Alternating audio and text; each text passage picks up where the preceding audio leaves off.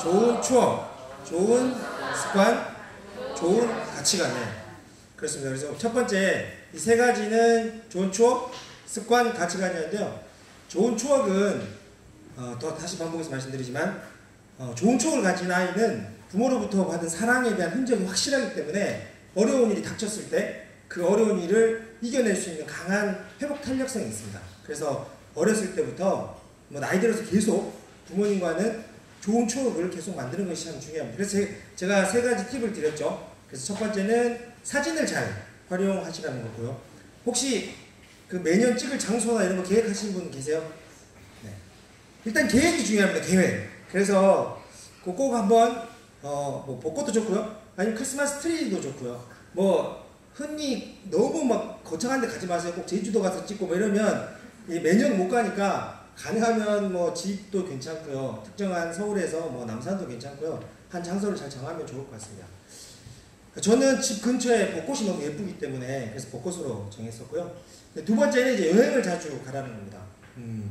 여행은 모든 우리의 선배들이 가장 인생에서 아름다웠고 좋았던 추억을 떠올리면 다 여행 갔을 때예요. 그래서 가능하면 가족 여행, 특히 그 중학교 가기 시작하면 부모들이 여행 가자 해도 애들 잘 안 따라와요. 그러니까 어렸을 때 있죠. 초등학교까지 최대한 많이, 물론 요즘은 캠핑 문화가 발달해서 중학생도 제법 따라가긴 하던데 가능한 어렸을 때 여행을 많이 가시고요. 너무 멀리 거창한데 또 생각하지 마시고 서울은 가까운 데 많잖아요. 혹시 최근에 남이섬은 가보셨어요? 남이섬은 정말 좋아졌어요. 기차 타고 가면 정말 가까워 멀지 않아요. 남이섬 가셔서 남이섬 한 바퀴 도시고요. 뭐 근처에서 저기 닭갈비 한번 먹고 오는 것만으로도 하루 당일치기도 아주 좋은 여행이 될 수 있습니다. 돗자리만 깔아도 우리 애들은 소풍 간 걸로 아니까요. 왜냐면 세 번째는 사소한 거에서 추억을 계속 만들라는 겁니다. 매일매일 하루하루 일상 속에서도 추억거리가 있을 수 있습니다. 오늘 이따가 이야기할 건데 책을 읽어주는 것도 아주 괜찮은 부모님이 자녀에게 줄 수 있는 좋은 추억거리가 될 수 있어요. 잠자기 전에 뭐 잠깐씩 노는 거 또는 밥 먹고 산책하는 거. 밥 먹고 산책만 해도 살 많이 빠집니다. 그래서 혹시 다이어트 계획 있으신 분은 저녁 먹고 이렇게 정기적으로 산책 다니면 참 좋아요. 중요한 거는 지속하는 겁니다. 지속하는 거. 꾸준히 하는 거. 지속하는 게 중요한데요. 습관이 되면 돼요. 저 좋은 추억 만드는 요 팁들도 습관이 되면 꾸준히 할 수 있습니다. 자, 그럼 이제 두 번째 습관이라고 그랬어요. 첫 번째 좋은 추억은 우리 아이들이 계속 여러 가지 어려운 상황에서도 이겨낼 수 있는 회복 탄력성이라면, 두 번째는 본인의 삶을 살아갈 수 있는, 하루하루를 살아갈 수 있는 힘이에요. 힘. 근육이 생기는 겁니다. 그래서 습관을 잘 만들어주면 우리 아이들 또는 우리 부모님들도 우리가 원하는 삶을 그 하루하루를 살아갈 수가 있어요. 그래서 좋은 습관에 대한 제가 몇 가지 팁을 드렸었는데, 첫 번째는 좋은 습관 중에서도 생활 습관을 잘 잡아줘야 됩니다. 어떤 생활 습관이 있었죠? 기본 생활 습관. 일찍 자고 일찍 일어나는 거. 그리고 잘 씻는 거. 세 번째는 잘 먹는 거. 그리고 네 번째는 정리정돈하는 거. 이런 기본 생활 습관은 우리 아이들 평생에 영향을 줍니다. 특히 이 네 가지는 나중에 우리 아이들이 커서 결혼 생활을 해도 부부싸움 할 수 있는 가장 큰 요지가 되는 것들이기 때문에 어렸을 때부터 잘 습관을 잡아두면 좋고요. 그 다음에 내가 또 추천드린 거는 부모님으로서 좋은 부모, 그리고 존경받는 부모가 되기 위해서는 좋은 습관을 물려줘야 된다고 했습니다. 좋은 습관도 제가 네 가지 정도 추천해드렸어요. 첫 번째는 운동입니다. 운동. 일단 부모로서 몸을 관리하고 건강을 관리하고 이렇게 몸 만들기가 참 중요한 것 같아요. 운동을 지속적으로 하는 모습을 보여줘서 그런 습관 남겨주고, 두 번째가 물. 혹시 물 좀 많이 마시기 시작하신 분 계세요? 감사합니다. 좋네요. 특히 학생들은 정말 추천합니다. 집중력이 떨어지잖아요. 피곤하잖아요. 그때는 물이 최고예요. 그래서 물 한 잔씩 먹다 보면, 아마 지금은 방광이 늘어나고 있는 중이라 화장실을 자주 가실 텐데 한 2-3주 정도만 하면 그 다음부터는 그렇게 화장실 자주 안 가도 돼요. 그 다음 세 번째가 책 읽는 습관이 있습니다. 책 읽는 거 제가 얘기를 너무 많이 했기 때문에 넘어가고, 마지막 네 번째가 뭐였죠? 좋은 말이었습니다. 말. 정말 하나님의 창조의 원리에서도 있듯이 말에는 능력이 있습니다. 그래서 말을 진짜 함부로 하면 안 돼요. 되게 조심해야 돼요. 최근에 제가 어떤 감탄사를 하게 됐어요. 뭐가 엄청 괜찮으면 나도 모르는 사이에 야, 그 기가 막히네 그랬어요. 기가 막히네 자꾸 기가 막히니까 자꾸 기가 막히는 것 같아가지고 제가 그 다음부터는 그 표현 안 쓰기로 했어요. 기가 막히네 이거 그렇게 좋은 표현은 같지 않다. 그래서 그 아주 괜찮네 참 좋네를 바꾸기로 했어요. 근데 우리 입에는 배고파 죽겠다 뭐 목말라 죽겠다 이 때문에 못 살겠다 뭐 계속 그런 부정적인 말들이 많은데 그게 진짜 능력이 있어요. 그렇기 때문에 죽겠다는 말 뭐 이렇게 기가 막힌다는 말 이런 말 진짜 안 쓰는 게 좋아요. 그 바발 실험 보셨죠? 정말로 효과가 있어요. 그렇기 때문에 말을 아주 잘 하는 게 중요합니다. 그런데 이런 좋은 습관 누구나 다 가지고 싶죠. 그런데 이런 좋은 습관을 가지려면 얼만큼 지속을 해야 된다겠죠? 66일 2달입니다. 2달. 2달만 어금니 꽉 깨물고 그거를 계속 관찰하시면 뇌가 바뀌면서 습관이 생깁니다. 자, 그래서 오늘은 이제 세 번째 마지막 자녀에게 물려줄 3가지 좋은 가치관입니다. 첫 번째 좋은 추억은 그 어려운 일이 닥쳤을 때 이겨낼 수 있는 회복 탄력성이었고요. 두 번째는 하루하루 살아갈 수 있는 이제 삶의 힘 능력이었고요. 세 번째는 개인적으로 어쩌면 제일 중요한 것 같아요. 가치관은 삶의 방향성을 정해주는 나침반 같은 거예요. 특히나 요즘 같은 세상에서는 너무나 나침반이 필요합니다. 세상이 너무 빨리 변하고 있고요. 대중매체가 엉망진창이라 가지고 뭐가 진짜인지 가짜인지 너무 헷갈립니다. 이럴 때는 정확한 가치관이 있어야 이 급변하는 세상, 이 엉망진창인 세상에서 중심을 잡고 타락하지 않고 바른 길을 걸어갈 수 있어요. 우리 부모님부터 우리 아이들은 더 당연하겠죠. 그래서 좋은 가치관에 대한 이야기를 좀 나눠보겠습니다. 그러면 그렇네요. 가치관 하면 가끔 바로 와닿지 않는 분들이 있어가지고 그 예를 잠깐 드릴게요. 우리 예전에는 어렸을 때 가치관 하면 주로 학교에서는 급훈, 집에서는 가훈, 회사에서는 사훈 그런 게 있죠. 혹시 이 급훈 보셨어요? 급훈 뭐죠? 우주정복 이런 게 재밌는 급훈 우주정복 이런 게 있었는데 수학 선생님이었나봐요. 우리는 주말에 정석을 복습한다 이렇게 나름 의미가 있는 우주정복이었어요. 이렇게 요즘도 혹시 학교에 급훈이 있나요? 학교를 졸업한 지 좀 돼서 선생님 있는 데도 있고 없는 데도 있고 그래요? 아니면 다 있어요? 있어요. 있죠. 있는데 아마 그 유명무실한 경우가 되게 많을 거예요. 근데 예전에는 그렇진 않았어요. 정말 급훈 같은 걸 중요시 했거든요. 그리고 가훈도 되게 많았죠. 이런 가훈 있죠. 주식하지 말자, 보증 서지 말자, 밥은 먹고 살자. 뭔가 그 아버지가 그 인생에 큰 그 아픔이 있었던 것 같아요. 그래서 이제 주식하지 말자, 보증 서지 말자, 밥 먹고 살자. 이런 가훈이 있었던 것 같고요. 그리고 뭐 이런 얘기 많죠. 우리 집 가훈, 여자 말을 듣자. 항상 그 와이프 말이나 엄마 말을 안 들어서 항상 손해봤던 그런 게 느껴지는 것 같은데 정말 예전에는 가훈, 급훈 이런 것처럼 어떤 한 공동체 또는 한 개인의 가치관을 되게 중시했었어요.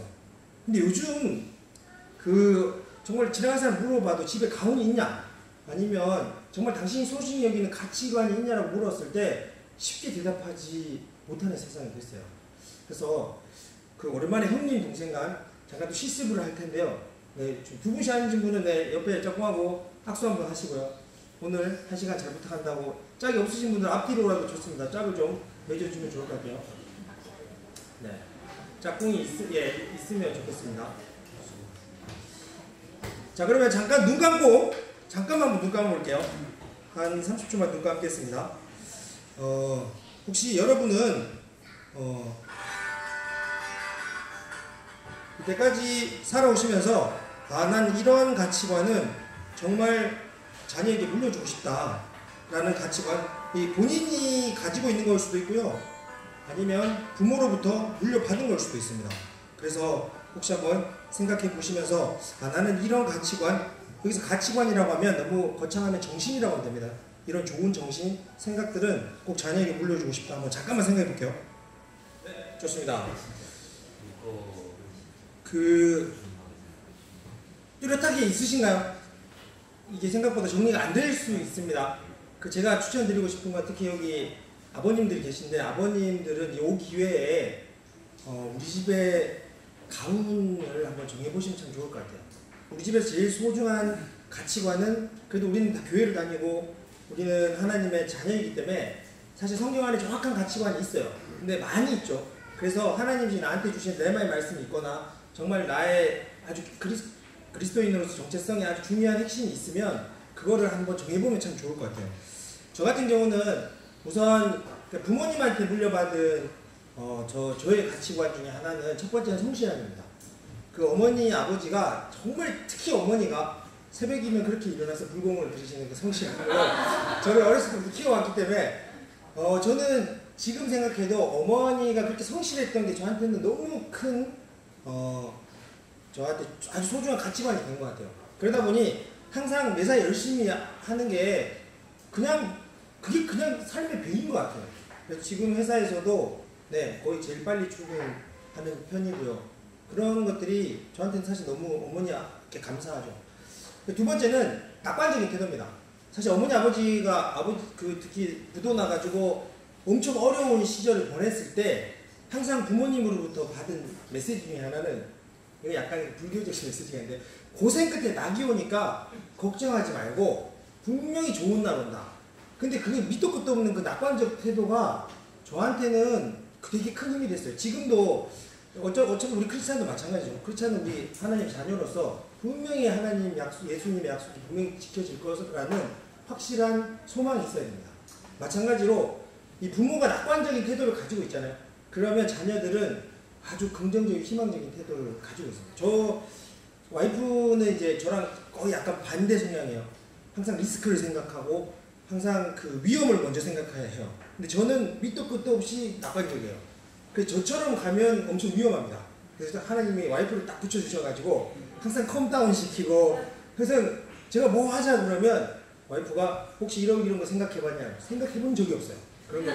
그래서 생각해보니까 이거 진짜 위험한 거죠. 그렇군. 그래서 어쨌든 그 조화가 있지만 제가 받은 것 중에 하나는 되게 낙관적인 태도입니다. 그 다음에 제가 아버지한테 배운 좋은 것 중에 하나는 아버지가 대인관계를 하시는 데 있어서 저한테 많이 이야기해 주셨던 게 손해볼 줄 알아라라고 가르치셨어요. 요즘 세상에서 사실 손해보지 않으려는 게 진짜 많아요. 어떻게 하든 손해보지 않고 이게 특히 회사에서 일하잖아요. 같이 이렇게 그룹으로 공동 작업을 하고 공동체를 할 때 사실 손해 다 같이 내가 손해 좀 보지 뭐 이런 마음 딱 먹잖아요. 그럼 분위기 진짜 좋아져요. 금세 뭔가 이게 허드렛 일이 생기거나 뭔가 할 때도 잘 풀려가요. 그런데 손해 안 보려고 하다 보면 자꾸 이게 내일 따지고 이게 관계가 늘 써먹써먹해지더라고요. 그래서 아버지가 뭐 있을 때마다 그런 네가 좀 손해를 봐라 그러면 속 편하다 뭐 이런 걸 자꾸 저한테 잘 가르쳐 주신 것 같아요. 그래서 저는 이걸 생각했을 때 제가 부모님으로부터 받은 좋은 제 가치관은 이거였고요. 그 다음에 제가 이제 개인적으로 하나님의 자녀가 되면서 우리 집의 가훈은 요 세 가지로 정했어요. 첫 번째는 우리는 완전히 죄인으로서 예수님과 십자가에서 이렇게 못 박혀 죽었고 그리고 새 피조물로서 누구든지 그리스도 안에 있으면 이전 것은 지나갔으니 보라 새 것이 되었도다. 누구든지 그리스도 안에 있으면 새 피조물이니 헷갈리네요.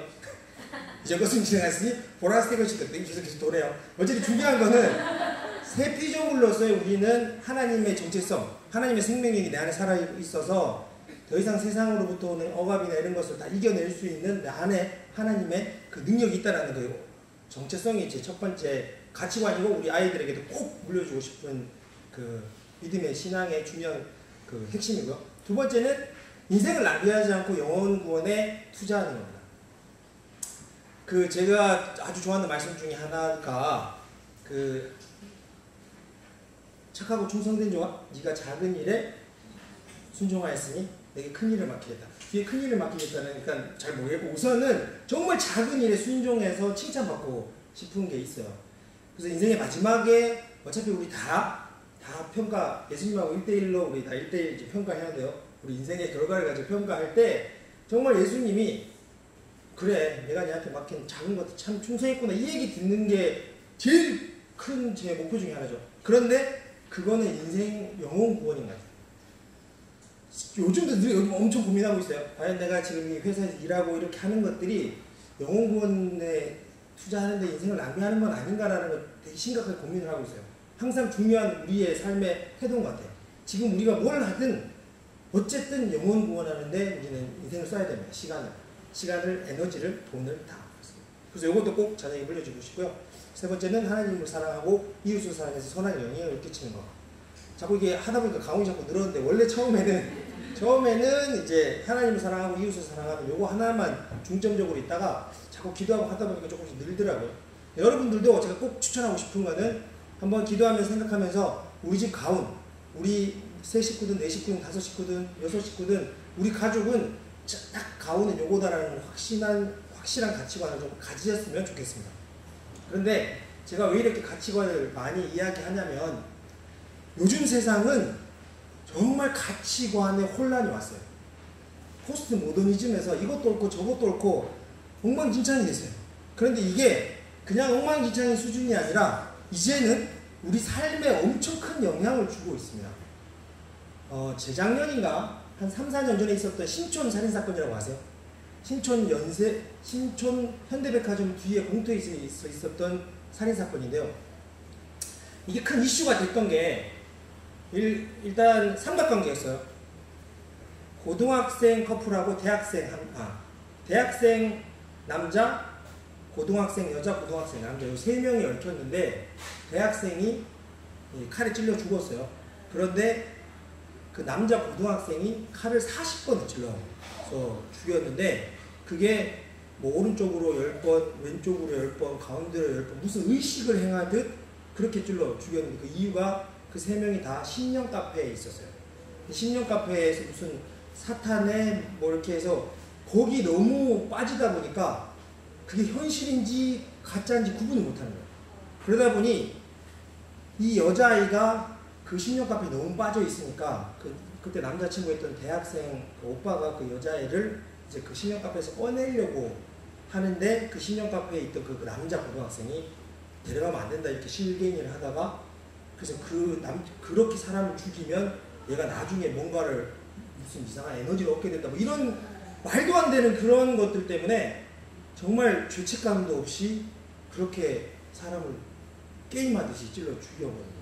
근데 이게 보통 심각한 게 아니에요. 이게 지금 교회니까 제가 차마 더 심한 건 얘기 못하겠어요. 더 있어요.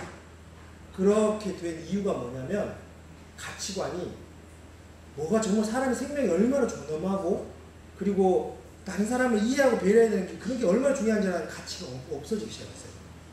이런 증후군이 생겼어요. 그걸 리셋 증후군이라고 합니다.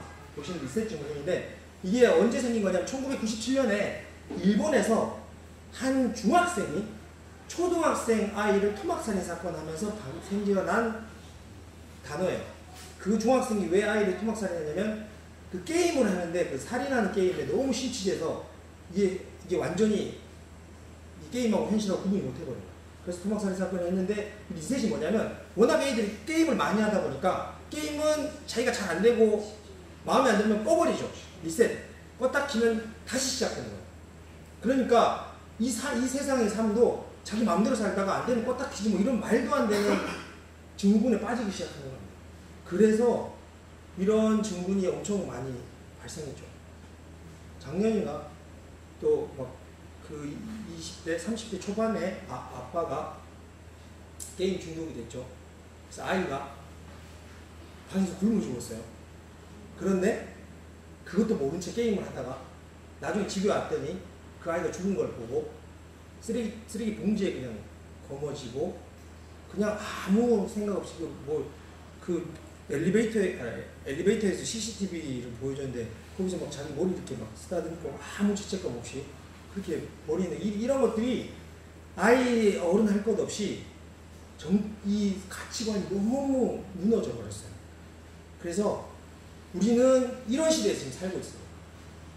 그래서 이 가치관이 무너진 것에 대한 이유를 분명히 우리는 알고 넘어가야 돼요. 그리고 그에 대한 대비가 필요합니다. 그러면 왜 이렇게 가치관이 다 무너져 버렸을까요? 세상 요즘 세상의 가치관입니다.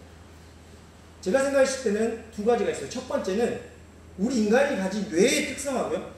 대중문화가 가치관을 이렇게 무너지게 만드는 것 같아요. 두 번째는 가정교육이 무너지면서 가치관이 무너졌습니다. 첫 번째, 뇌와 대중문화에 대해서 잠깐 이야기할 텐데요. 우선 뇌와 관련된 OX 퀴즈를 하겠습니다. 자, 첫 번째 OX 퀴즈. 뇌는 외부로부터 들어오는 자극을 통제할 수 있다. 우리 뇌는 되게 똑똑하죠. 스마트하기 때문에 외부로부터 들어오는 자극을 통제할 수 있다. 자, 있다라고 생각하시는 분, O라고 생각하시는 분, 네. X라고 생각하시는 분, X가 거의 맞네요. 우선 답은 X입니다. 우리 뇌는 외부로부터 들어오는 자극을 통제할 수 없어요. 자, 두 번째, 뇌는 상상과 현실을 구분할 수 있다. 자, O라고 생각하시는 분, 뇌는 현실과 상상을 구분할 수 있다. 깔끔하게 O라고 생각하시는 분 좋습니다. 자, 아니다. 뇌는 상상과 현실을 구분 못한다. 네, 이번에는 O가 좀 더 많네요. X입니다. 자, 제가 실험을 해볼게요. 지금 이거 두 가지 다 X예요. 자, 첫 번째 실험 먼저 해보겠습니다. 첫 번째가 이거였죠. 첫 번째, 뇌는 외부로부터 오는 자극을 통제할 수 있다? 없다? 없습니다. 자, 실험해볼게요. 자, 지금부터 제가 이야기하는 거를 절대로 상상하지 마세요. 자, 제가 얘기하는 거 절대 상상하지 마세요. 상상하면 안 돼요. 절대 상상하지 마세요. 보라색 코끼리를 상상하지 마세요. 보라색 코끼리. 보라색 코끼리가 비키니 수영복을 입고 있는 걸 상상하지 마세요. 그 이상한 코끼리가 줄넘기를 막 하고 있어요. 상상하지 마세요. 절대 상상하지 마세요. 자, 여러분들 지금 머릿속에는 어때요? 이상한 코끼리가 막 줄넘기를 막 하고 있죠? 이렇습니다. 절대 상상하지 말아야지라고 생각했지만 우리가 귀로 들은 것들은 뇌는 통제 못합니다. 그냥 그 자극에 반응하게 되어 있어요. 그 다음에 두 번째 실험 해볼게요. 두 번째 실험. 뇌는 과연 현실과 상상을 구분할 수 있을까 없을까? 없습니다. 자, 제가 실험해볼게요. 이때까지 여러분이 먹은 것 중에 가장 새콤한 레몬을 생각해보세요. 그 레몬 하나를 한 입 크게 베어 먹는 국물이 이렇게 막 흐르고 있는 거 한번 상상해보세요. 여러분 침샘에 지금 침이 고여요, 안 고여요? 보입니다. 여기서 혹시 안 보이시는 분, 저기 뇌 검사 받아야 돼요. 이거는 이 뇌 과학자들이 분명히 얘기하는 겁니다. 현실과 상상 구분 못해요. 그래서 지금 방금 얘기한 거를 실제로 침샘 양을 비교해 보면 거의 비슷한 침샘이 나옵니다. 그런데 이거 두 개가 조합되잖아요. 정말 무서운 결과가 나옵니다. 잘 보세요. 뇌는 외부 자극으로부터 통제 못해요. 그리고 현실과 상상을 구분할 수 없습니다. 이 두 가지가 합쳐지면 이 우리의 정신세계는 다 뭘로 인해서 만들어지는지 아세요? 우리가 무엇을 보고 듣고나에 따라 완전히 우리의 정신세계는 다 만들어집니다. 저는 이거 보면서 정말 성경이 맞구나. 믿음은 어떻게 생기는 거예요? 믿음은 들으면서 납니다. 믿음은 듣잖아요. 들으면 어쩔 수 없이 무조건 생기게 되어 있어요. 우리 청소년들 진짜 막 게임 중독이나 막 엄청 통제 안 되는 애들 한 3박 4일이나 4박 5일 청소년 집회 같은 데 보내버리잖아요. 그럼 어떤 줄 아세요? 처음에 하루 이틀은 죽으려고 해요. 몸소리 쳐요. 애들 막 게임하고 싶어서 막 탈출하려고 막 그래요. 그런데 한 이틀 저녁 때부터 어떻게 되는 줄 아세요? 애들이 점점점 찬양에 불타오르기 시작하고요. 거의 마지막 날 저녁 되면 전부 다 통성 기도하고 막 방언 받고 난리 나요. 왜 그런 줄 아세요? 4일 동안 5일 동안 외부 자극 하나도 안 받고요. 찬양 듣고 말씀 듣고 찬양하고 말씀 듣고 하잖아요. 그럼 애들이 완전 리프레시 되는 거예요. 신의 믿음이 싹 들어오는 거죠. 그리고 딱 집에 와가지고 컴퓨터 딱 켜는 순간, 스마트폰 딱 보는 순간 다시 싸움이에요. 싸움. 이게 정말 무서운 거예요. 우리 아이들의 신앙관, 그 정신세계, 그거는 우리 아이들뿐만 아니고 우리 부모도 마찬가지죠. 우리들의 현재 지금 마음의 상태는 뭘로 알 수 있냐면 우리가 하루 종일 뭐 봤냐, 뭐 들었냐 생각하면 돼요.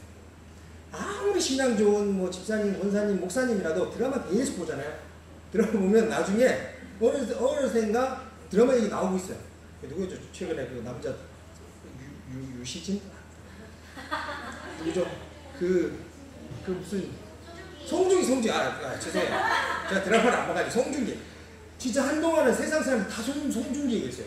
왜냐면 다 그거 보니까 자연스럽게 그게 되는 겁니다. 이게 먹은 대로 그대로 열변했습니다. 제가 우리 애들 보는 동화 중에 되게 재밌는 게 있더라고요. 이게 돼지가 빨간 사과를 먹어요. 그랬더니 몸이 빨개졌어요. 그리고 그 다음에 포도를 먹어요. 그런 다음에 몸이 또 포도색이 됐어요. 바나나를 먹었어요. 그럼 뭐가 됐죠? 이제 노란색이 됐어요. 이제 수박을 이제 먹었어요. 그럼 이제 초록색이 됐어요. 이 다음에 행동이 뭔지 아세요? 이 다음에 뭘 할까요? 되게 재밌는데 이 다음에 뭘까요? 안 해요. 응가했는데 딱 저기 나와요. 빨간 색깔, 노란 색깔. 근데 저는 여기서 되게 제목이 뭐냐면 뭘 먹었지? 이게 되게 저는 영적으로 다가왔어요. 왜냐하면 이거 완전 딱 프로세스예요. 내가 인생에서 지금 뭘 먹고 있는지가, 내가 정신세계, 내 귀에, 내 뇌에 뭘 먹이고 있는지가 내 삶의 질을 결정하고 있습니다. 특히 정신세계 가치관은 확실해요. 내가 귀로 듣는 거, 눈으로 보는 거를 뭘 먹였느냐에 따라 그 가치관과 정신세계는 다 결정됩니다. 되게 부정적인 사람들 있잖아요. 긍정의 말씀, 믿음의 말씀 계속 들려주면 돼요. 그러면 못 배겨내요. 뇌가 못 이겨내요. 그냥 그게 박힙니다. 우리 영이 박혀요. 그러면 살아나게 되어 있습니다. 그런데 그냥 놔두면 요즘 세상의 메시지는 절대 좋은 게 없어요. 그래서 제가 여러분한테 꼭 추천하고 싶은 첫 번째는 요즘 아이 어른 할 것 없이 스마트폰만 잡았다면 빠져드는 것이 있죠. 바로 모바일 게임인데요. 특히 아이들은 어른이 술, 담배를 잘 못 끊는 것처럼 모바일 게임 중독이 심각하다고 합니다. 정현상 기자가 취재했습니다. 치켜 올라간 눈초리에 뾰족한 이빨까지 드러낸 여성. 마치 흡혈귀를 연상케 합니다. 게임 좀 그만하라는 엄마가 밉다며 유치원 아이들이 그린 그림입니다. 최근 부모의 스마트폰으로 게임을 하는 아이들이 늘면서 모바일 게임 중독이 가족 갈등의 원인이 되고 있습니다. 어떤 게임이 재밌어요? 터트리. 응? 터트리. 터트리면 좀 시원해져요, 기분이? 네. 그 지하철이든 아니면 병원이든 심지어 교회 예배 시간에도 아이들이 하고 있잖아요. 항상 할 수 있다는 얘기잖아요. 항상. 그것이 문제인 것 같아요. 접근성이 좋은 스마트폰으로 오랜 시간 게임을 하면 아이들의 뇌 발달에도 문제가 생깁니다. 즉각적인 반응을 요구하는 게임을 반복적으로 하면 사고와 판단 능력이 잘 발달하지 않게 되는 겁니다. 보통 눈으로 받아들이는 영상 정보는 뇌의 뒷부분, 즉 후두엽에서 먼저 인식하고 뇌의 앞부분인 전두엽으로 자극을 전달합니다. 그런데 모바일 게임은 보는 즉시 바로 반응을 해야 해서 정보 대부분이 전두엽을 자극할 틈 없이 후두엽에서 바로 처리돼 버립니다. 게임에 빠진 아이들 보면은 흔히 우리가 전두엽 중에서 전두엽, 거기가 이제 그 자제력, 감정 조절, 어떤 주의 집중력, 어떤 사물의 사리 판단 이런 거를 관장하는 부분이라고 알려져 있는데 그 부분의 기능이 좀 떨어져 있는 아이들이 많이 있습니다. 만약 그 중독자의 뇌와 유사한 그런 모습들을 보이죠. 아이들의 모바일 게임 중독을 막을 방법은 없을까? 자녀들의 모바일 게임 중독을 걱정하는 부모들을 대상으로 경기도의 한 유치원에서 부모 교육 세미나가 열렸습니다. 세미나에서는 적은 시간이라도 습관적으로 게임을 하면 게임 시간 이외에도 게임에 매여 있는 경우가 많다는 지적이 나왔습니다. 때문에 아이들의 스마트폰 사용을 늦출 수 있을 만큼 늦추고 줄일 수 있을 만큼 줄일 것을 당부했습니다. 스마트폰 사용 시간을 관리할 수 있는 프로그램을 의무적으로 장착하게 하고 또 부모가 그것을 선택할 수 있는 그런 제도적인 보완이 시급한 상황에 있습니다. 스마트폰 게임 중독에 무방비로 노출된 우리 아이들. 최대한 스마트폰 이용 시간을 줄이고 가족 간의 나들이나 대화를 통해 정서적 안정감을 주는 것이 중요하다고 전문가들은 조언합니다. YTN 사이언스 정현상입니다. 네, 되게 심각합니다. 특히 스마트폰은 너무 중독성이 쉽고 접근성이 너무 좋아요. 언제나 할 수 있어요. 아까 저기 누가 얘기하더라고요. 예배 시간에도 한다고요. 요즘 식당에 밥 먹으러 가잖아요. 그럼 엄마 아빠들 밥 먹으면서 애들 뭐 하는 줄 아세요? 전부 뽀로로하고 뭐 뭐죠? 그 자동차 나오는 뭐 그런 거 막 재밌는 거 많아요. 그거 다 그거 보고 있어요. 그거 보고 있고 엄마 아빠는 밥 먹고. 그런데 그게 잠깐 엄마 아빠에게 자유시간을 주는 것 같지만 우리의 뇌를 망치는 일입니다. 지난주에 제가 잠깐 얘기했지만 특히 뇌 발달에서 중요한 거는 앞쪽 뇌예요. 뒤쪽 뇌와 앞쪽 뇌가 있는데 이 뒤쪽 뇌는 자극을 받아들였고요. 그걸 받아들인 거를 앞으로 와서 이 앞쪽 뇌에서 감정 조절하고 또 계획하고 의지력을 발휘하고 막 이런 게 있는데 게임을 하잖아요. 그러면 게임은 묵상하고 생각하고 막 전략적이 잘 없어요. 즉흥적으로 빨리 누르고 어떻게 저걸 때려 없애야 되는 이런 거 하다 보니까 뒤쪽 뇌만 자꾸 발달해요. 그러면 앞쪽 뇌가 발달을 안 해요. 그럼 애들이 감정이 조절이 안 돼요. 폭발해버리는 거예요. 아까 그 말도 안 되는 살인사건 벌이는 이유도 전두엽이 망가져버린 거예요. 전두엽이 통제력을 상실해버려요. 그러다 버리면 제가 한번 기회가 되면 뇌와 관련된 거 한번 더 깊이 있게 한번 말씀드릴 텐데 어쨌든 전두엽이 잘 발달이 되려면 스마트폰, 특히 게임은 최대한 안 하는 게 좋습니다. 몇 살까지 그럼 아이들에게 안 하면 좋을까요? 전문가에 의하면 최대한 안 할 때까지. 정답이 어때요? 15살, 뭐 20살 뭐 얘기할 수가 없답니다. 가능하면 네. 그냥 오히려 그냥 키즈폰 같은 거 있잖아요. 아예 스마트폰 아닌 거 있잖아요. 피처폰. 게임 자체가 없는 그런 거 있잖아요. 차라리 전화 용도로만 하지 스마트폰은 가능하면 정말로. 우리 어른들도 제어하기 힘들잖아요. 제가 봐도 요즘 전철 타잖아요. 진짜 나이 지긋이 먹은 진짜 이렇게 넥타이 매신 되게 어디 회사 부장님 같이 보이시는 분인데 스마트폰을 보고 있는데 엄청 빨리 누르고 있어요. 보면 막 슈팅 게임하고 비행기 게임하고 막 이래요. 와, 어른도 통제하기 어렵습니다. 그렇기 때문에 아이들에게 한다 사실 진짜 빈말이에요. 첫 번째 제가 꼭 제안하고 싶은 거는 스마트폰을 자제하십시오. 아이들은 가능하면 늦추고요. 부모도 스마트폰, 아이들 앞에 스마트폰 하는 모습을 많이 보여주는 건 좋지 않습니다. 그래서 첫 번째 제안은 첫 번째고, 두 번째는 TV입니다. TV. 혹시 그 거실에 TV 있으신 분 있으세요? 네, 있으시죠. 가능하면 거실에 있는 TV 없애면 참 좋아요. 안방으로 그냥 가져가면 사실 제일 좋습니다. 저는 텔레비를 이제 없애고 안 본 지가 한 4년 가까이 된 거, 제법 된 것 같아요. 처음에는 과연 TV 안 보고 이 세상을 쫓아갈 수 있을까라고 생각이 들었어요. 그리고 저는 회사에서 교육을 해야 되기 때문에 트렌드에 밝아야 돼요. 개그 콘서트나 뭐 이런 최신의 웃긴 트렌드를 알지 못하면 사실 개그 코드를 모르면 회사 사람들 앞에서 강의하고 뭐 이럴 때 되게 어렵거든요. 그랬는데 제가 어떤 그 선교사님 메시지를 듣고 너무 충격을 받았어요. 아, TV, 그 TV도 TV지만 정말 무서운 건 뭔지 아세요? 음악이에요, 음악. 아이돌들 음악 있잖아요. 정말 무서운 거 아세요? 이거는 진짜 한번 그 특별 세미나가 진짜 필요해요. 제가 그거 보고 나서 옛날에 우리 기억나세요? 그 서태지 음악 백워드에서 거꾸로 들으면 피가 필요해, 피가 필요해. 그냥 뭐, 거짓말. 근데 저는 진짜 그때 해봤어요. 근데 그때 이상한 소리가 들려가지고 겁나가지고 안 했는데 그게 사실이더라고요. 그게 정말로 있고요. 그리고 지금도 아주 우리나라에 잘 나가고 있는 아이돌 가수들 노래를 백워드 하면 엄청 음란한 가사들이 녹아져 있어요. 그리고 뒤에 있는 거 지금 제가 일부러 사진 작게 했어요. 진짜 이거 확대해서 보시면 민망해서 못 봅니다. 요즘 애들 춤추는 거 보잖아요.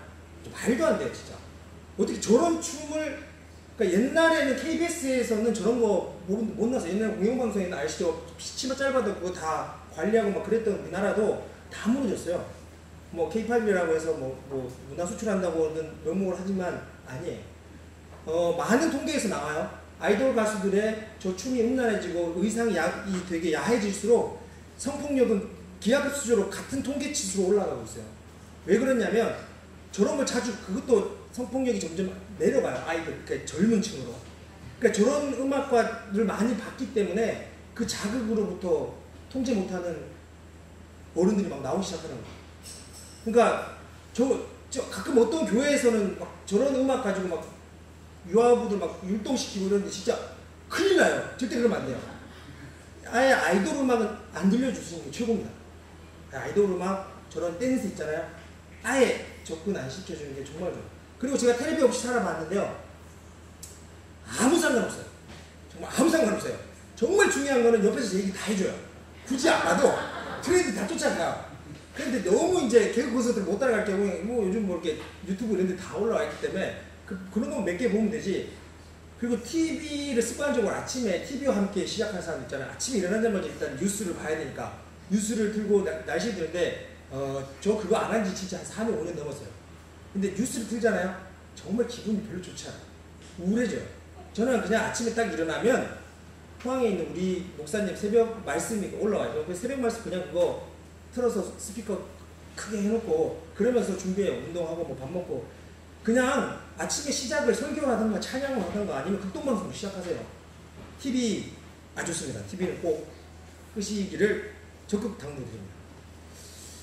자, 그리고 두 번째 이유는, 첫 번째는 뇌와 대중문화 때문에 뇌가 이 가치관 교육이 엉망이 됐고요. 두 번째 또 가치관이 엉망이 된 이유는 세상이 더러워서, 세상이 나빠서, 학교가 제 역할을 못해서 그럴까요? 일단 첫 번째, 세상은 원래 악합니다. 세상은 원래 더러워요. 그 선악과를 따먹은 이후, 아담이 사탄에게 권세를 넘겨준 이후 이 세상 주관자는 사탄입니다. 사탄은 계속 우리 인간들을, 하나님의 나라를 계속 억압하려는 그런 전략을 펼치죠. 세상이 좋아질 거라고 기대하시면 안 돼요. 그 세상 안에 살아가는 사람들 우리는 살리는 겁니다. 세상은 계속 악해져 가고 있어요. 학교 교육이 가치관 교육을 해줘야 되는 거 아니냐. 미안하지만 죄송하지만 학교는 사실은 가치관 교육 할 수가 없어요. 한계가 있습니다. 제가 생각하기에, 그리고 많은 교육학자들이 이야기하기에 가치관 교육의 핵심은 가정입니다. 가정교육이 해줘야 됩니다. 가정교육이 안 해주면 가치관은 세워질 수가 없습니다. 에드워드 기본이 쓴 로마 제국의 쇠망사라고 있어요. 로마가 혹시 왜 망했는 줄 아세요? 로마가, 전 어렸을 때 로마 사람들이 이렇게 누워서 자고 밥 먹어서 버릇이 없어져서 누워서 먹어서 망했다고, 어른들이 절대 누워서 밥 먹지 마 이런 말도 들었던 기억이 나는데, 에드워드 기본이 분석한 결론은 이로마가 너무 발전을 했어요. 로마는 1000년을 유지했잖아요. 그래서 누구죠? 로마의 이야기? 로마의 이야기 읽어보면 진짜 로마인들 매력 있어요. 저는 예수님 믿기 전에 카이사르, 율리어스 시저 있죠. 시저가 내 인생의 최고의 멘토고 제일 멋있는 사람이었어요. 너무 멋있더라고요. 그런데 그렇게 1000년을 유지했던 좋은 제국이 언제부터 망하기 시작했냐면 노예 제도가 생겼는데, 이때 노예들은 우리가 생각하는 그런 잡일만한 노예가 아니에요. 로마의 노예들은 엄청 똑똑하고 유능한 사람들을 노예로 데려다가 뭘 하는 줄 아세요? 애들을 맡겼어요. 부모가 가르치지 않고 부모가 교육하지 않고 그 노예들과 그런 이제 시설 같은 데 맡기기 시작한 거예요. 그래서 부모가 더 이상 애들을 안 하는 거예요. 그리고 애기 놓는 숫자도 점점 줄어가요. 애기도 잘 안 놓고 낳아도 본인이 안 가르쳐요. 그러다 보니 결국은 로마의 정신은 쇠퇴하게 되고 망해버린 거예요. 에드워드 기본의 확실한 얘기는 뭐라고 얘기하냐면, 부모가 자기 아이를 키우지 않고 남에게 맡기면서 로마의 제국은 망하기 시작했다고 해요. 요즘 세상 어떤 줄 아세요? 무서워요. 자꾸 아이들을 시설에 맡깁니다. 기관에. 그리고 정부가 돈을 또 막 이상하게 써가지고요. 어린이집 이런 걸, 이거 좀 위험한 발언일 수 있지만, 어린이들 집에 너무 이 재정 지원을 많이 하다 보니까 이제 엄마 입장에서 애를 어린이집에 안 보내면 본인이 손해받는 듯한 느낌이에요. 엄마로서 자기 자유, 자기 시간을 좀 누려야 되는데, 그러니까 애는 어쨌든 어린이집에 가 있고 자기는 자유, 틀리진 않아요. 그런데 이제 심해져가지고요. 제 와이프가 그 유치원 교사예요. 공립초등학교 유치원 교사인데, 아픈 애를 보내요. 약 먹였으니까 괜찮을 거야 하고 보내요. 사실 그 어머니가 일하시지도 않아요. 집에 계시면. 그러니까 계속 어쨌든 애가 학교에서 좀 봐줬으면 좋겠고 맡겼으면 좋겠는 거예요. 물론 피곤하고 힘들 때 누군가 도움이 진짜 필요하죠. 그런데 자꾸 이렇게 가다 보면 우리의 핵심의 중심 사상에서는 자꾸 우리가 아이를 가르치고 키워야 되는 거에서부터 자꾸 시설을 의지하고 그러다 보면 위험해질 수 있어요. 그런데 이런 세상 속에서도 자살률 최저, 이혼율 최저, 성폭력 최저인 국가가 있어요. 어느 나라일까요? 이런 세상인데 거의 대부분 세상이 엉망진창인데 그럼에도 불구하고 자살, 이혼, 성폭력이 거의 없는 나라가 있어요. 어딜까요? 어딜까요? 제가 어떻게 질문했더니 북한 뭐 이래가지고 엄청 저도 당황하고 그렇게 당황했는데 그건 아니에요. 그러니까 자살은 아니에요. 그 나라는 아니죠. 유대인들, 이스라엘. 정말 유대인들은 이런 걸 보면 우리가 배워야 돼요. 특히나 이 가정교육에 대해서는 정말 바이블입니다. 유대인들이 예수님을 믿지 않지만 요즘 들어 예수님 엄청 믿는데요. 그 저희 교회에서 이제 파송된 유대인들 그 이스라엘에서 선교하시는 분들이 있는데 진짜 한 30년 동안 예전에 한 30년 동안 그렇게 선교를 열심히 해도 한 명, 두 명 믿을까 말까 했는데 요즘은 5년 만에 수백 명, 수천 명이 막 믿기 시작하는데요. 그만큼 아주 마지막 시대가 다가오고 있죠. 그런데 이스라엘이 예수님을 제대로 믿지 않지만 그렇게 잘 사는 이유는 바로 여기 있습니다. 우리나라와 근데 유대인은 되게 비슷한 게 많아요. 오랜 식민지 경험이 있고요. 조기교육을 엄청 중요시합니다. 우리나라도 특히 조기교육 중요시하잖아요. 유대인들도 조기교육을 정말 중요시해요. 그런데 방법이 좀 다릅니다. 방식이 좀 달라요. 우리들의 조기교육은 뭐죠? 어떻게든 빨리 글자 깨치고 또 숫자 빨리 하고 요즘 또 그렇게 영어를 또 빨리 하잖아요. 그게 조기교육의 핵심인데 유대인들의 조기교육의 핵심은 정체성 교육이에요. 세상 문물이 들어오기 전에 세상의 가치관이 들어오기 전에 본인들의 정체성과 가치관을 먼저 가르쳐요. 그게 조기교육의 핵심입니다. 그게 우리들과 아주 다른 방식이죠. 그래서 저는 여러분들께 제안드리고 싶은 거는 유대인들의 가정교육을 배우고 벤치마킹 해야 됩니다. 이건 정말 성경적이고 아주 좋은 방법이에요. 유대인들이 수천 년 동안 그렇게 훌륭하게 민족성을 유지하면서 잘 살고 있는 거는 가정교육 때문에 그렇습니다. 가정교육 한 뭐 5가지 시리즈가 있는데 제가 추천드리고 싶은 건 2가지입니다. 침대머리 교육하고 밥상머리 교육입니다. 그래서 침대머리 교육은 유대인들이 보면 참 지혜로워요. 이 가정교육이라고 해서 막 특별하게 했다기보다는 일상을 매일 살아가는 그 상황 속에서 계속 이 정신교육이 좀 이상하네요. 가치관 교육을 계속해요. 첫 번째 침대머리 교육은요. 침대는 항상 자고 일어나요. 하루 시작과 끝을 맺는 장소죠. 그 시간에 부모님이 주로 옛날 역사에 자기 잠들기 전에 누워있으면 잠깐 기도해 주고요. 그 다음에 역사 이야기 해주고 이 민족의 어려웠던 이야기들 그 다음에 재정 이야기들 그런 이야기들을 잠자기 전까지 계속 들려줘요. 15분에서 20분 정도 그렇게 들려주는 그것만으로도 엄청 많은 좋은 교육이 됩니다. 2번째 밥상머리 교육은 우리나라도 있었잖아요. 진짜 우리나라 원래 밥상머리 교육 좋았었는데 많이 없어졌는데 그 밥상머리 교육은 유대인들은 정말 중요시 여깁니다. 유대인들은 금요일이 안식이죠. 그래서 안식일만 되면 안식일 식사만 2시간 정도 해요. 완전 예배로 드립니다. 그러면 딱 옷을 갖춰 입고요. 음식을 딱 준비하면 어머니 딱 도와서 꼬맹이 막 4살, 5살짜리도 딱 준비하고요. 아버지가 와서 준비할 때까지 먹지도 않습니다. 딱 참고 기다렸다가 식사 예절을 그리고 기도하고 또 식사 교제하면서 아버지가 그 유대인 경전 그 뭐죠? 탈무드 이야기 해주고 구약을 가르쳐주고 밥상 그 예배를 2시간 동안 매주 금요일날 그렇게 드리는 겁니다. 그러다 보니 유대인들의 정체성은 너무나 명확해요. 그래서 어떤 환경 속에서도 자신의 정체성을 유지하면서 잘 살고 있습니다. 그래서 제가 여러분들에게 제안하고 싶은 건 2가지입니다. 침대머리 교육, 밥상머리 교육입니다. 우선 침대머리 교육은 제가 이 책을 꼭 추천할게요. 혹시 이 책을 읽으신 분들은 혹시 있으세요? 하루 15분의 힘? 추천합니다. 다 사보세요. 이거 정말 괜찮은 책이에요. 하루 15분 동안만 아이들에게 책을 읽어주자라는 운동을 펼치는 분이신데요. 15분만 책을 읽어줘도 우리 아이들에게 너무나 큰 좋은 영향을 줄 수 있습니다. 가치관에. 왜 좋냐면 첫 번째는요. 그냥 책을 읽어주는 게 아니라 좋은 책을 읽어줘야 돼요. 우리는 뭐 성경 이야기가 있으니까. 그리고 제가 누구죠? 예경 선교사님 강의 듣다 보니까 정말 중요하더라고요. 전래동화 함부로 빨리 읽어주는 거 아니더라고요. 저 전래동화를 자꾸 다시 제가 봤더니 세계관이 무서워요. 원성징악이란 게 그게 그렇게 좋은 게 아니고 되게 무서운 거더라고요.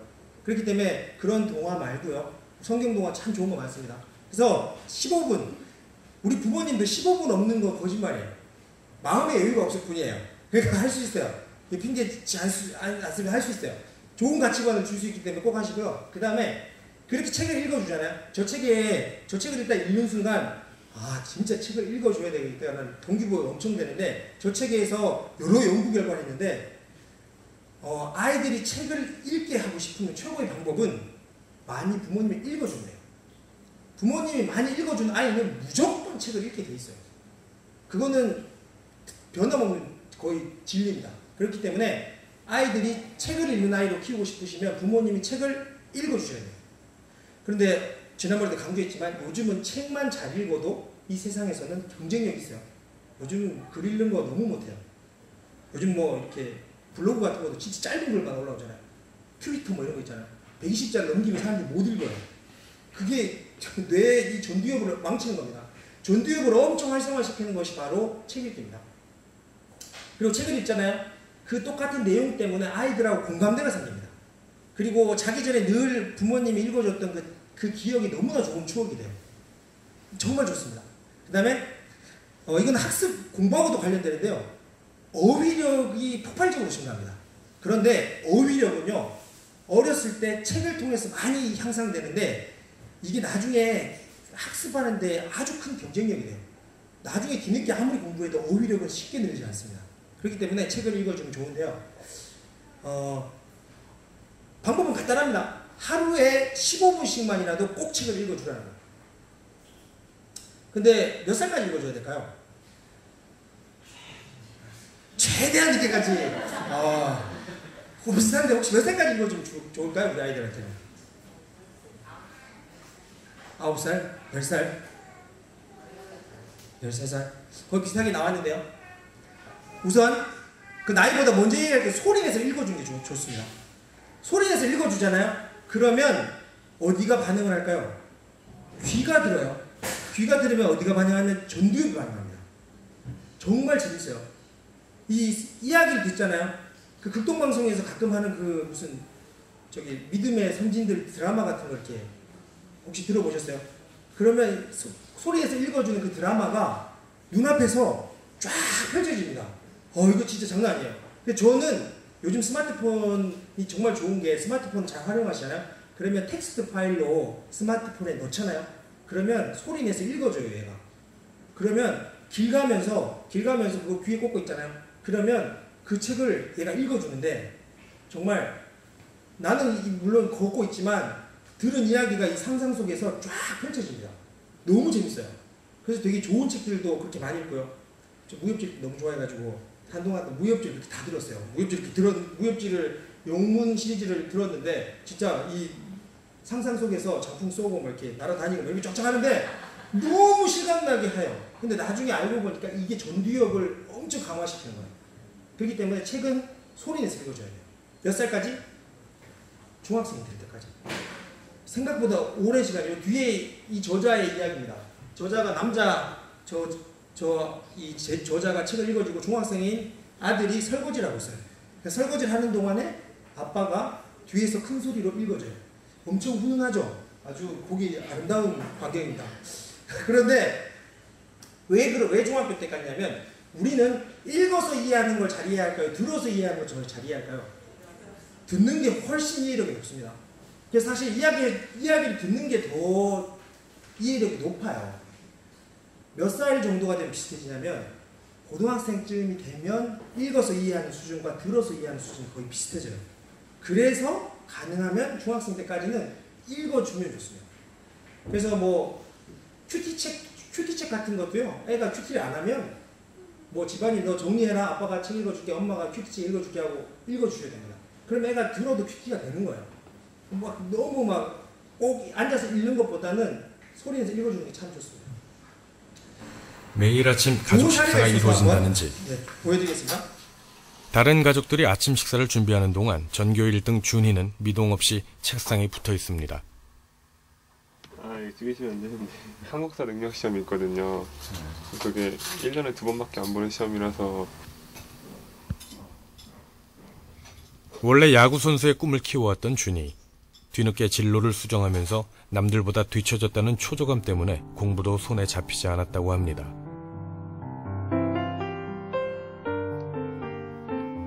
그때 준희를 다잡아주기 위해 아빠는 밥상머리를 지켰습니다. 오늘도 아빠는 책 한 권을 꼼꼼히 읽고 정리합니다. 마음이 해이해졌을 때 마음을 잡을 수 있게 뭘 해줄까 이런 거를 많이 생각을 해보고요. 또 그런 걸 좀 쓸 때가 있고.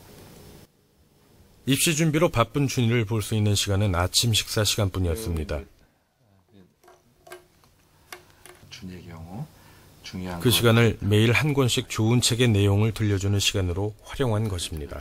편지 써주기, 아내의 경우 이메일 편지를 일주일에 한 번씩 써주자. 아이에게 공부를 하라는 훈계는 하지 않는 아버지는 준이가 읽었으면 하는 책 한 권을 대신 집어들었습니다. 되게 오래 간다 이거. 준이는 밥을 먹으면서 아버지가 들려주는 책 내용을 함께 씹어 삼킵니다. 부모가 식탁을 지키면서 준이의 성적도 올라가기 시작했습니다. 거기 보면은 모차르트는 옛날에 한 번에 작곡을 한 번 여러 가지를 다 했대. 근데 그런 사람 한 게 예외라는 소리고 모든 다른 그 밖에 있는 어떤 작곡 옛날 유명했던 그런 작곡자들은 하나씩 했단 소리야 하나씩. 왜냐면은 자기가 강점이 하나에 집중해가지고 하는. 40분 동안 아침 식탁에선 매일 독서 토론회가 열리고 있습니다. 지식 경영, 행복 경영, 건강 경영, 인맥 경영 이런 식으로 나눠서 좀 다르구나. 그 분야별로 필요한 그 습득이나 지식이나 팁 같은 거 많이 알려주는 거. 웃음이 피는 가족 식탁은 준이에게도 어떤 교실보다 중요한 자리입니다.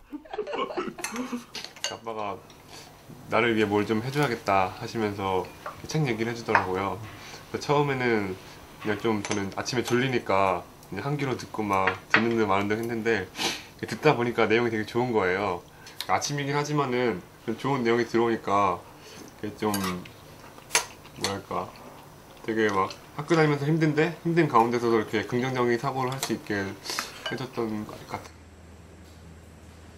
엄청 좋죠. 훈훈하죠. 네. 우리 아버지들 되게 부담이 될 수 있지만 참 좋은 내용 추천합니다. 그래서 정말 책 읽어주는 것만으로 아이들에게 좋은 가치관을 심어줄 수 있고요. 또 이런 사람도 있더라고요. 이 지금 가운데 보이는 이분이 잘 누구신지 나이 드신 분들한테만 이해가 될 텐데 옛날에 그 울릉도 트위스트라는 노래를 부르셨던 그 이시스터즈라고 엄청 오래된 3인조 보컬 여자 가수분이 있으셨어요. 그런데 이분의 아이가 이제 태어나는데 3년째 되던 해에 의사로부터 뇌성마비를 판정을 받았어요. 그래서 이 아이는 걷는 것도 힘들 거고 말하는 것도 힘들어질 거라고 의사가 판정을 내려버렸어요. 그런데 그때 그 한참 잘 나가던 여성 보컬이었어요. 울릉도 트위스트 불렀던, 저도 잘 모르겠어요. 이시스터즈에 있었던 이분이 그때부터 딱 중단하고 가수 활동을 그만하고 이 아이만을 위해서 케어를 들어가는데 어머니가 해줄 수 있는 거라고 책 읽어주는 것밖에 없었대요. 근데 책을 엄청 읽었대요. 30년 동안 계속 읽어줬답니다. 그랬더니 아이가 점점 회복이 되기 시작하는데 걷는 건 물론이고 말하는 것도 어느 정도 할 수 있게 돼서 뇌성마비를 극복하고 최초로 뇌성마비가 가진 사람으로 최초로 여자 대학교의 여교수까지 됩니다. 그리고 2012년에는 최고 교수상까지 받게 됐어요. 근데 이분의 고백이 뭐냐면 어머니가 책을 하도 많이 읽어줘가지고 내용을 줄줄 외우고 계셨대요. 그래서 어머니 그렇게 많은 헌신과 읽어준 책 때문에 지금에 내가 있다고 이야기합니다. 책만 읽어주는 거로 해서 엄청난 기적이 일어나요.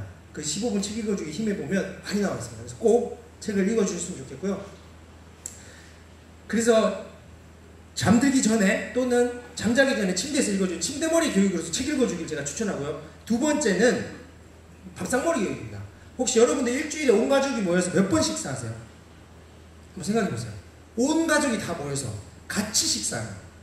따로따로 이렇게 엄마가 밥 차려놓고 와이프가 밥 차려놓고 먹고 가고 나중에 먹고 이게 말고 온 가족이 두런두런 앉아서 같이 밥 먹는 게 몇 번 정도 될까요? 많지 않아요. 생각보다 엄청 많이 줄었습니다. 요즘 또 외식 문화도 많이 발달하고 각자 알아서 사 먹고 오고 막 이런 게 많죠. 실제로 조사해봤더니 아주 많이 났습니다. 거의 1회에서 2회가 거의 30%를 넘어요. 거의 고등학생들을 봐도 거의 1, 2회입니다. 그런데 밥 먹는 것만으로도 우리 아이들의 정신건강에 엄청 도움이 된다는 연구 결과가 있습니다. 그걸 잠깐 한번 볼게요. 가족 식사를 하자는 운동을 펼치고 있는 단체도 있습니다. 청소년들의 약물 중독을 막을 방법을 연구하다가 가족이 같이 밥을 먹는 것이 가장 강력한 예방책이라는 걸 밝혀냈기 때문이라는군요. Something we discovered through our surveying was this relationship between the frequency of family dinners and substance abuse risk. The more often kids have dinner with their parents, the less likely they are to smoke, drink, or use drugs. And over the years, 미국 전역에 방송되는 이 광고는 가족 식사로 아이들이 바뀐다는 단순한 메시지를 전달합니다. Dinner makes a difference. 오바마 대통령도 가족 식사를 홍보하고 나설 정도입니다. 가족 식사가 왜 그렇게 특별한 걸까요? 음식을 씹는 저작 활동으로 나오는 호르몬 중에는 옥시토신이라는 물질이 있습니다. 이 물질은 스트레스를 줄여주고 행복감을 느끼게 한다고 합니다. 특이한 것은 사랑하는 사람이 무언가를 먹는 모습만 봐도 이 물질이 더 많이 분비된다는 것입니다. 이렇게 집중력이 높아진 상태에서 오가는 대화는 훌륭한 조기 교육이 됩니다.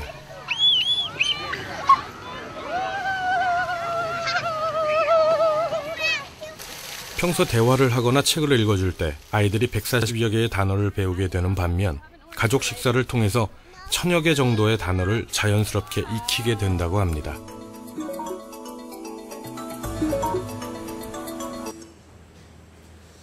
이렇게 같이 밥 먹는 거, 식사만 하는 것만으로도 우리 아이들의 정서가 너무 안정이 되고요. 이미 연구 결과에서 나온 것처럼 약물 중독이나 담배 피는 거 이런 것들이 급격하게 줄어듭니다. 우리가 진짜 바쁘게 살다 보니 너무나 기본적인 걸 놓치게 된 것 같아요. 같이 식사하고 식사하면서 교제 나누는 거. 그러고 보면 참 예수님도 식사 교제 그렇게 많이 하셨죠. 교회도 참 건강한 것 중에 하나, 좋은 것 중에 하나, 교회에서는 식사 교제를 많이 권하고 있죠. 근데 그게 정말 좋은 방법입니다. 특히 그래서 가족들 간에 함께 모여서 식사하는 거에 대해서는 욕심을 내서 해볼 필요가 있어요. 그래서 밥상머리 교육에서는 실천 지침을 줬습니다. 4가지 정도를 줬는데, 첫 번째는 가족 모두가 함께 식사하는 겁니다.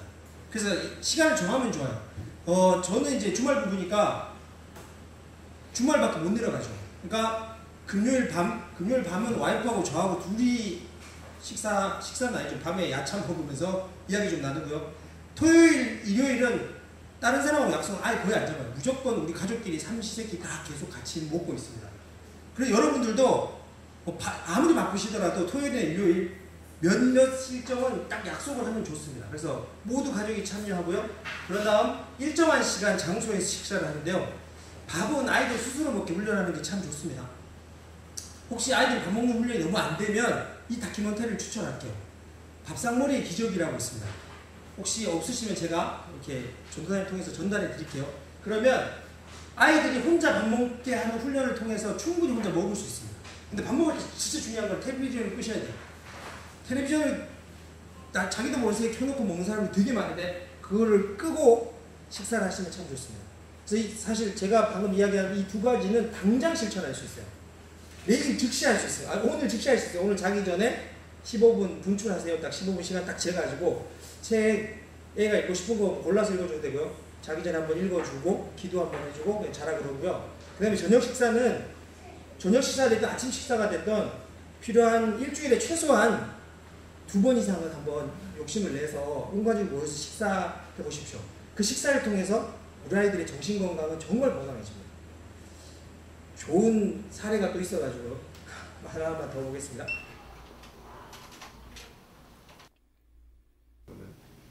남매를 두었는데 둘 다 카이스트에 들어온 수재 집안으로도 유명합니다.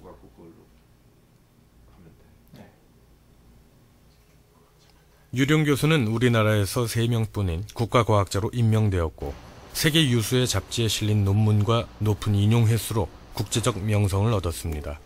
이건 2000년이요. 여기서 아빠 팔짱 끼고 간다고 맨날 다른 사람들이 흉보지. 들고 가, 괜찮아, 그냥 그대로 들고 가. 이렇게 들고 가자. 가자. 그가 유명해진 이유는 또 있죠. 항상 7시만 되면 집으로 향한다는 겁니다. 그냥 제가 태어났을 때부터 계속 그러신 것 같은데 딱히 그냥 늘 일상처럼 쭉 그랬었던 것 같아요. 집에서 먹는 저녁 식사를 위해서입니다. 오늘은 아들이 먼저 도착해 있습니다. 아들 역시 20대에 박사 학위를 받았죠.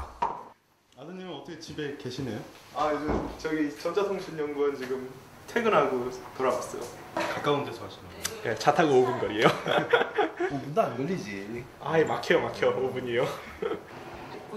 퇴근길 교통체증을 뚫고 달려서 밥상에 함께 앉으려는 가족들. 이제 애들이 좋아하는 동그랑땡하고 아빠가 좋아하는 고추조림하고 평소에 저희들이 잘해 먹는 반찬이거든요.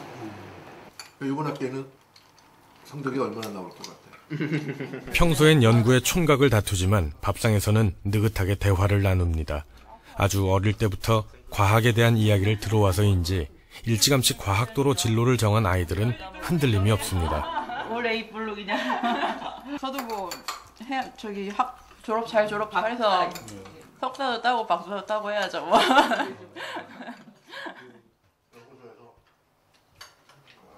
별일 없었어? 특별하네요. 하루 종일 머리 싸매고 프로젝트. 가족 식사 1시간 후 유령 교수의 연구실엔 불이 다시 켜집니다. 식사만 하고 돌아와 밤늦도록 일하는 습관은 아이들이 태어나면서부터 20년 넘게 계속됐습니다. 유령 교수가 부모님께 받은 영향 때문이었습니다. 저희 부모님들이 이제 농사 지시느냐고 굉장히 바쁘셨어요. 그래서